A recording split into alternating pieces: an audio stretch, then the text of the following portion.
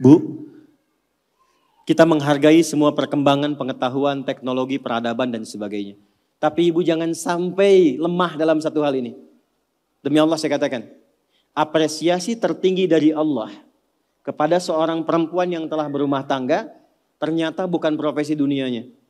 Tapi ketika ibu bisa optimal menjadi seorang ibu dengan semua tugasnya. Kalau belum menikah jadi seorang anak dengan tugasnya. Kalau menikah belum punya anak jadi seorang istri dengan tugasnya. Nanti saya turutkan hadis-hadisnya. Jadi ibu itu ke surga, maaf ya, kalau nanti masuk dengan izin Allah misalnya, tingkat tertingginya itu bukan karena misalnya aktif mendampingi kegiatan di luar. Bukan karena aktif punya kegiatan banyak dengan teman-teman, bukan. Yang paling utama itu di rumah, anak bagaimana? Sehingga ketika suami pulang, dia membawa satu hasil dari kegiatannya, dalam lelahnya dia menikmati candanya yang telah menyelesaikannya istrinya. Itu bu, setiap apa yang dikerjakan kalau benar demikian, perhatikan hadisnya di At-Tirmidzi. Idza shallatil mar'atu shalataha wa shamat shamaha wa hafizat farjaha qila laha yaumal qiyamati udkhulil jannata min haitsu syi'ti. Kalau ada seorang perempuan enggak pernah salat sunnah, cuma salat fardu saja. Enggak pernah puasa sunnah, puasanya Ramadan saja. Dia menaati pada suaminya, menjaga kehormatan keluarganya. Dia menempatkan tugas di rumah sebagai tugas utamanya. Maka apa yang terjadi? Qila laha yaumal qiyamati. Dikatakan kepada perempuan ini saat kembali kepada Allah di yaumil hisab. Udkhulil jannata min haitsu syi'ti. Cepat langsung masuk surga dari pintu mana saja yang kamu kehendaki. Enggak ada hisab. Sekarang ibu enggak dilarang, silakan. Pengajian banyakin, optimalkan. Tapi dengan pengajian itu balik bawa ilmunya kepada anak. Kalau perlu aja. Kegiatan di luar silahkan. Tapi jangan sampai, maaf, ibu aktif di luar, tapi anak ibu dititipkan pada orang lain. Sehingga dia mendapatkan karakter dari perawatnya, bukan dari ibunya. Jadi wajar kalau dia nggak kenal ibunya. Wajar kalau nggak akrab. Wajar kalau dia mencari jati diri di luar. Karena dia nggak kenal ibunya. Bangga kalau sudah banyak penampilan bisa dirubah.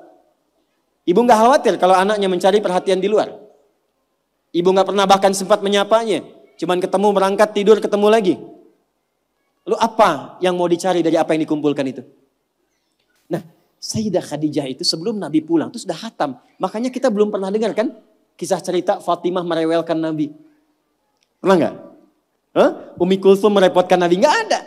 Dan selalu silent kisahnya. Pulang ke rumah itu selalu kisah di rumah itu tenang. Nggak ada satupun bab problem rumah tangga Nabi dengan anak, nggak ada. Siapa perannya? Sayyidah Khadijah karena beliau mengerti optimalnya harus dari beliau. Sehingga ketika suami pulang nggak ada diskusi beban lagi yang bertambah untuknya. Silahkan punya aktivitas di luar rumah. Tapi ibu akan dimuliakan sebagai seorang ibu, anak dan istri ketika pulang kembali ke akhirat lah. Itu satu. Dua, saya agak cepat sekali. Yang pertama prioritas keluarga bu, anak. Untuk ibu ya. Selanjutnya, harta. Mohon maaf sebesar-besarnya. Sayyidah Khadijah, walaupun mendapatkan penghasilan dari aktivitas dagangnya, tidak pernah menjadikan bagian harta beliau hanya untuk dikuasai bagi pribadinya. Dan gak pernah ada perjanjian pranikah misalnya. Ya Muhammad SAW, saya nikah punya harta segini ya. Kalau nanti ada kejadian ini jangan diambil ya, nggak pernah. Apapun yang diusahakan, maka dikumpulkan menjadi satu untuk mensupport cita-cita mendapatkan yang tertinggi di hadapan Allah. Ibu apapun yang didapatkan kalau punya penghasilan, pendapatan dan sebagainya, dudukan jadi satu sebagai harta keluarga bersama. Rumuskan untuk anak-anak. Anak pertama mau kemana? Bikin tabungan, bikin persiapan. Anak kedua seperti apa? Anak ketiga bagaimana? Bicara dengan suami. Maka ini diantara ciri yang pernah diajarkan oleh Sayyidah Khadijah. Sekalipun dagangannya cukup banyak. Tapi semua yang dihasilkan untuk mensupport kegiatan yang diarahkan pada tujuan yang sama. Surga. Jelas? Oke, yang terakhir. Meluangkan waktu untuk diskusi, bicara, ngobrol yang saling menguatkan, bukan mengungkit kekurangan. Tuh. Nabi Muhammad sibuk gak? Sibuk gak? Banyak tantangan gak? Tapi ketika pulang ke rumah, ngobrolnya itu dengan Sayyidah Khadijah selalu yang baik-baik, yang romantis, yang saling menguatkan.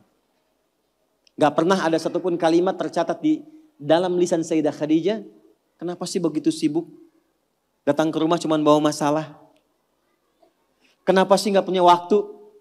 Kenapa sih banyak kegiatan di luar? Tapi ketika pulang ke rumah, aku selalu mendukungmu. Nabi mengatakan kegiatanku ini, dan ini. Aku akan berangkat ke sini menemui si fulan. Baiklah, siapkan, optimalkan, Allah pasti melindungi. Sehingga semua kegiatan, beban yang dirasakan, itu ketika berangkat gak sendirian. Jadi beliau pun dalam sendirian pun merasakan aura-aura Sayyidah Khadijah. Mau berangkat kerja, merasakan pesan dari istri. Pulang dari situ, ditinggal pun istri merasakan pesan dari suami. Ini yang harus dioptimalkan. Dan ibu, apa yang terjadi?